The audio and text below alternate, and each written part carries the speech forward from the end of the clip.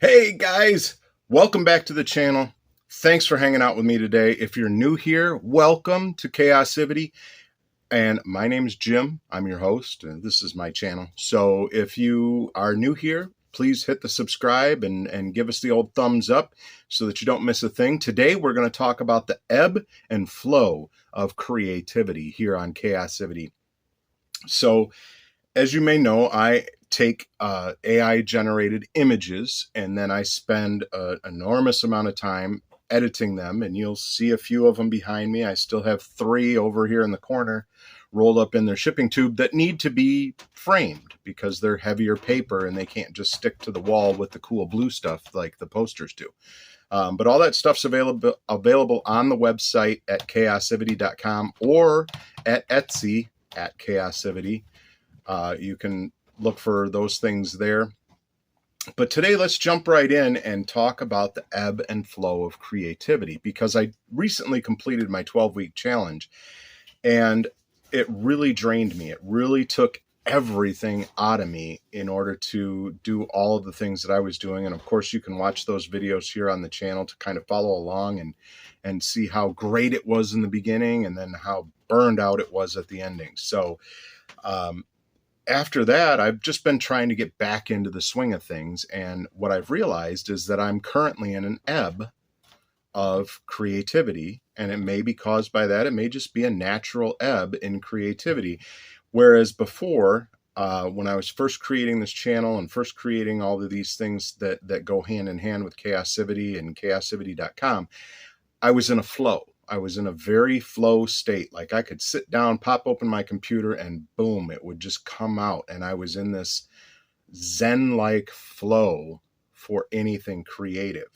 And then I got burned out through the 12-week challenge. If you watch some of those prior videos, you know I was dealing with a very severe knee injury. Thank God I didn't need surgery. And I'm starting to heal from that. I'm still a long way from 100% where I was before that injury. But I've also started a new job, which is working 3 to 11 at night, which is very different from what I've worked, in years past, where I was working during the daytime. I have to take my son to school every morning. So that means I get home close to midnight, get up at 6 a.m., take my son to school. And I'm also trying to pay off all our debt that we've accrued during this 10-week period where I was unable to bring in an income. So I'm doing a food delivery service in the morning for a couple of hours and then coming home, taking a little nap and getting ready to go into work at 3. Well, the last 2 weeks were my training weeks, and they were like all over the place. It wasn't 3 to 11. It was, 10 a.m. to 6. It was 9 a.m. to 5. It was, then a day of 3 to 11 and then a day of 2 to 10. And it was just everywhere. And it gassed me out. And so now when I sit down at my computer to do anything Kaosivity related, I'm not in that flow state. And that's okay. As an artist, as a creative person, I've written a novel and got into the second novel, and just I could get into the flow state sometimes, and other times I just couldn't, and I just had to walk away from it, sometimes months at a time. Now, I don't think I'm going to have to walk away from this for months at a time, because I put so much into just trying to build this stuff to the point where it's at now, and we're still in the baby stages. We're still way below where we need to be in order to either be monetized and seeing the types of sales on Etsy and on the website that we'd like to see, which I don't have huge. I'm not looking for $10,000 a month in income. I'm looking to sell some of my artwork and maybe get monetized on YouTube for a few $100s a month, just so that it makes it easier to pay off that debt. Maybe makes it a little bit easier for my family to have that yearly vacation or whatever it is. So I'm not pie in the sky going, I need to make $1 million a year off of this stuff. And it stems from my love of dragons and demons and angels and fairies and stuff like that. So I'm so thankful that I can get this creativity out, and I have the ability to use the AI image generators to give me a starting place. Because that's what my images are when they come fresh out of the AI image generators. It's just a starting place. It's like, okay, I got the prompt close enough. That's kind of what I'm going for, but I need to change the colors and I need to change the overall aspect of, the the art piece that I'm working on. And I've been working on one called Newborn Dragon. And there are a couple of videos in the podcast of behind the scenes for the initial stages of Newborn Dragon. But every time I've sat down with the image in the last week and a half, it's just not flowing. And I don't want to force it, and I don't want to put out something that's not me, that's not where I want it to be. Which is why, if you've seen some of my videos before, that's the original Conjurer of Death on the wall back there. I completely redid that because I did not like the way it turned out. And that was a situation where I kind of felt like I was trying to rush that. And I'm glad that I redid it because the new one is way better. So I don't want to be in a situation where I'm pushing and rushing Newborn Dragon. I just want to be in a situation where I can enter that flow state where the creativity just comes, and where that piece of art is going just comes. I'm not looking at it going, well, maybe I could do this, and maybe I could do that, and maybe I could do this, and maybe I could do that, but I don't know if I'll like that, and I don't know if I'll like that, which as an artist is a place that you get to sometimes.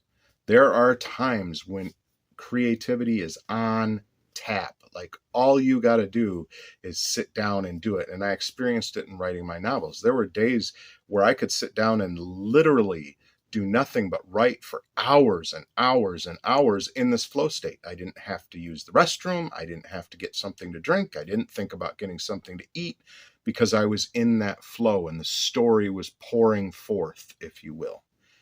And that's where I was when I was creating the artwork that I have created at this point in time. Was the flow was just there. It was just pouring forth from me, and I could look at what I was doing and know what I needed to do and how, and then the videos came in. You'll see me stumble through the videos a lot because I'm not a digital artist by trade. So I'm learning all of this stuff as I go along, and how to affect things and how to use the program that I use and things like that. So it's okay, if you're an artist of any genre, to get into an ebb state.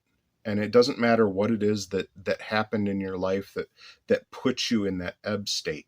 It's just, you've got to understand that, I've been around for a while. I've been creative for a while. And when you're in ebb, no amount of force is going to put you into flow.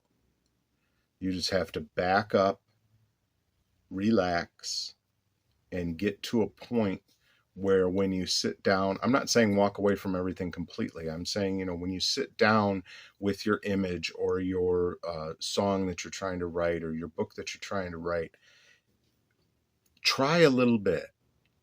And if it doesn't come, it's not the right time. Don't force yourself. Oh, I have to complete this. Oh, I have to complete this. Oh, I have to complete this. Because that's kind of the way I've been beating myself up over the last week and a half, is just like, oh, I need to get this done. I promised my crowd that it's coming out.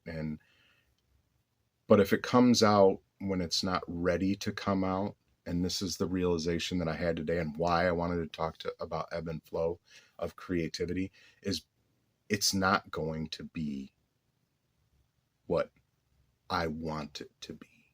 It's going to be something that's less than.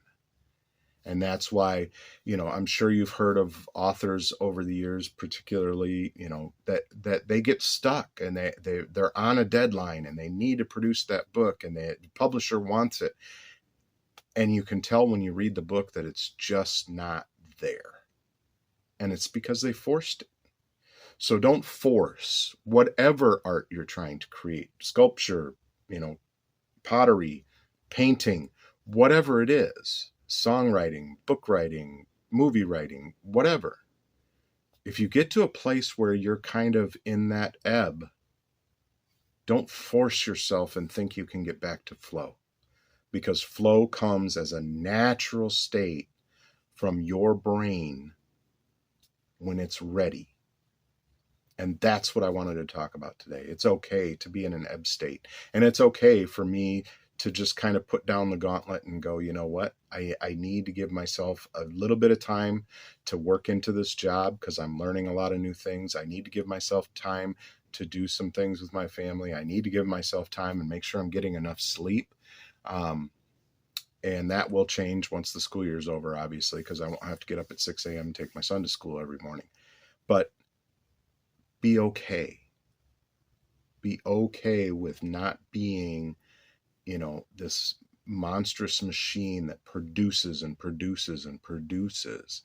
Because when you get to flow and it's natural, you're going to be that monster machine that just produces and produces and produces. But when you force it, people can tell. So thanks for hanging out with me today, guys.